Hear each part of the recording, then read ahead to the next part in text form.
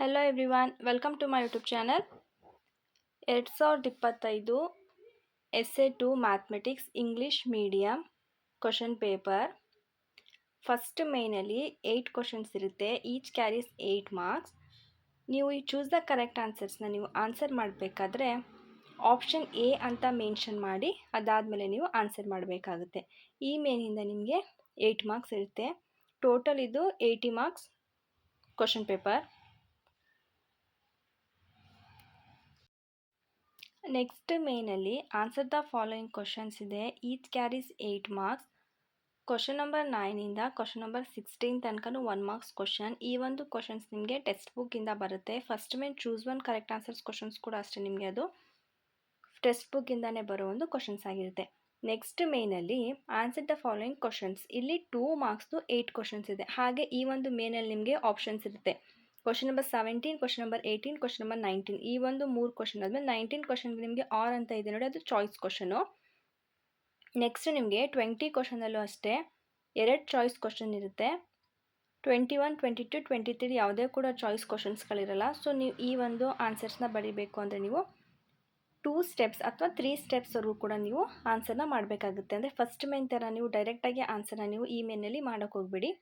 Step by step answer ಮಾಡಿದ್ರೆ ನಿಮಗೆ marks ಸಿಗುತ್ತೆ.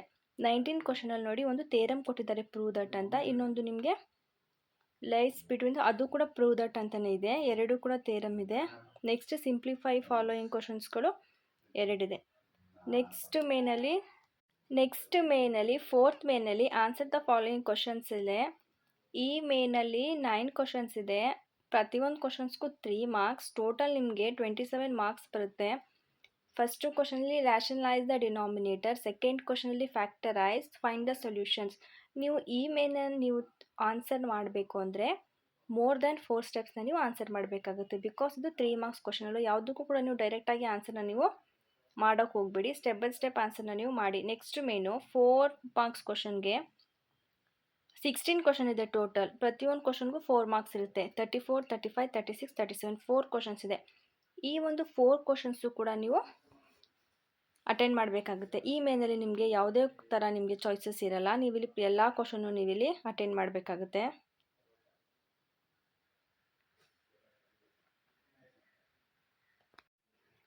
ನೆಕ್ಸ್ಟ್ ಮೇನು ಫೋರ್ತ್ ಮೇನ್ ಆದಮೇಲೆ 5th ಮೇನ್ ಆಗಿದೆ. ಸೊ ಇಲ್ಲಿ 4 ಕ್ವಶನ್ಸ್ ಇದೆ. ಇಲ್ಲಿ ಯಾವುದೇ ಕೂಡ ನಿಮಗೆ ಚಾಯ್ಸಸ್ ಇರಲ್ಲ.